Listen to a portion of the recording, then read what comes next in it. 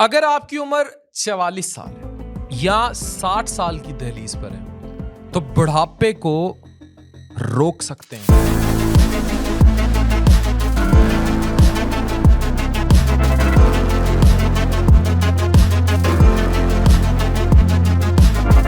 लेकिन ये वीडियो तहकीक पर मबनी देखना होगी।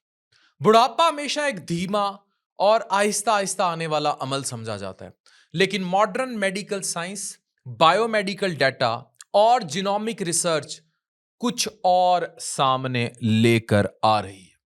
यह बात सिर्फ थ्योरी नहीं, स्टैनफोर्ड मेडिसिन की लेटेस्ट रिसर्च जो 14 अगस्त 2024 को नेचर एजिंग में पब्लिश हुई, यह साबित करती है कि इंसानी जिस्म में एजिंग का प्रोसेस लगातार नहीं होता। यह प्रोसेस दो मुख्तलिफ मराहिल में तेजी से एक्सेलरेट करता है। यह समझने की जरूरत है।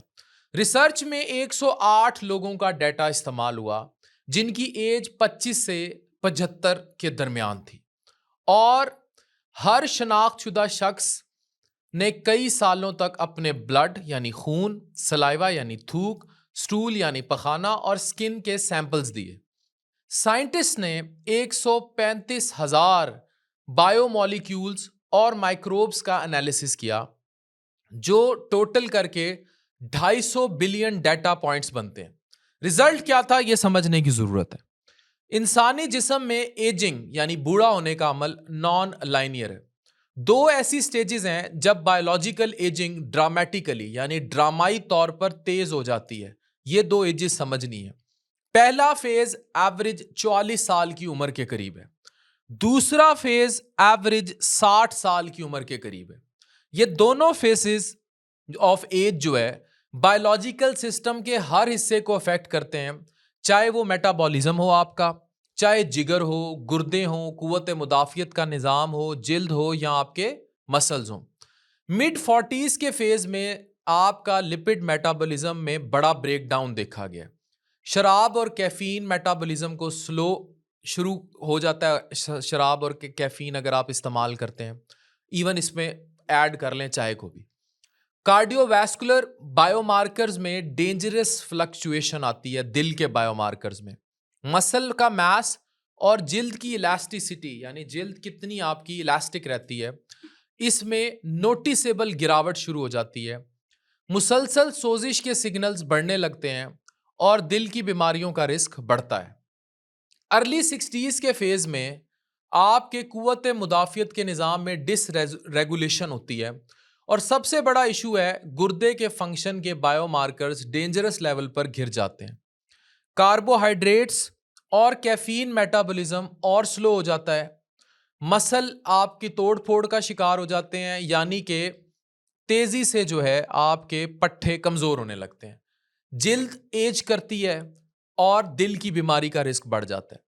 गुर्दे डिसफंक्शन करते हैं और क्रॉनिक डिजीजेस का रिस्क बहुत बढ़ जाता है।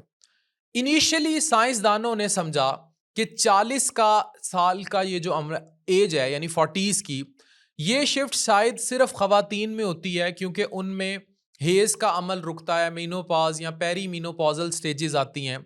लेकिन जब डाटा जेंडर के हिसाब से अलग अलग भी एनालाइज किया गया तो क्लियर हुआ कि यह शिफ्ट मर्दों में भी सेम इंटेंसिटी के साथ हो रहा है, यानी सेम इंटेंसिटी है उसकी, बिल्कुल एग्जैक्ट वैसे।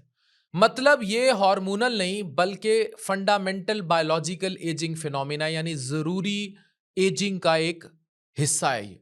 ये दोनों बायोलॉजिकल शिफ्ट्स बराह रास्त सेहत के रिस्क को बढ़ा देते हैं। 44 के करीब और फिर 60 के करीब इंसान के बीमार होने की ससेप्टेबिलिटी बहुत ज़्यादा बढ़ जाती है। दिल, गुर्दे, मेटाबॉलिज्म, कुव्वत मुदाफियत का निज़ाम और पट्टे डायरेक्ट मुतासिर होते हैं और इमीडिएट असर होता है। इसका हल मौजूद है, जो वीडियो के स्टार्ट में कहा था, यहां रोकना है एजिंग प्रोसेस को।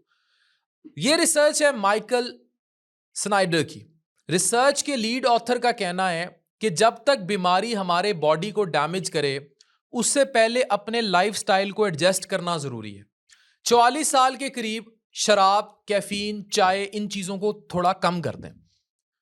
शराब तो वैसे ही हराम है हमारे मजहब में, लेकिन फिर भी बहुत पी जाती है।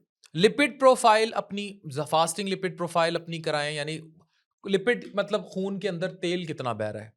जिगर और गुर्दों के टेस्ट कराएं और रेगुलर अपना चेकअप कराएं।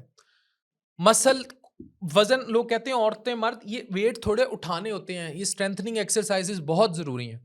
इसमें मैं मौलाना तारिक जमील साहब से बड़ा इंप्रेस हूँ। उन्होंने जिम बना रखा है घर में, इतनी इतनी देर वॉक करते हैं और लाजमी वो मसल स्ट्रेंथ एक्सरसाइज करते हैं, और उन जैसा एक्टिव और उन जैसी स्ट्रेचिंग मेरा नहीं ख्याल इस उम्र में पाकिस्तान, इंडिया समेत किसी भी शख्स में इस लेवल का स्ट्रेचिंग लेवल होगा जो मौलाना तारिक जमील साहब का मैंने खुद देखा है कि किस तरह वो अपनी बॉडी स्ट्रेच कर लेते हैं और किस तरह मसल स्ट्रेंथनिंग एक्सरसाइजेस करते हैं, वेट उठाते हैं। एंटी इन्फ्लेमेटरी और गट फ्रेंडली डाइट लें। 60 साल के करीब इम्यून सिस्टम को स्ट्रांग करने वाली इंटरवेंशंस, गुर्दे पे और दिल पर ज्यादा फोकस करें।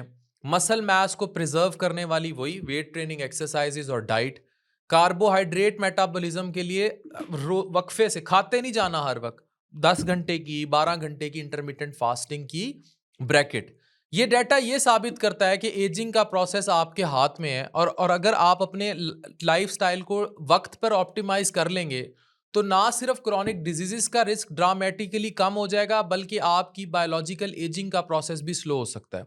आज के दौर में जहां साइंस हर चीज़ को बड़े मैयरेबल अंदाज में देखती है और उसे मॉडिफाई कर सकती है, बुढ़ापे को जो है किस्मत का नतीजा नहीं समझना, ये एक आउटडेटेड सोच है। आप बुढ़ापे को भी बहुत स्लो कर सकते हैं। अब सवाल ये नहीं है कि आप कितने साल जिएंगे, सवाल ये है कि आप अपनी ज़िंदगी के वो साल किस क्वालिटी के साथ गुजारेंगे। That is important. ये एक मालूमाती वीडियो थी, इंतहाई रिसर्च बैक थी, शेयर कीजिएगा। डॉक्टर अफान कैसर साइनिंग ऑफ।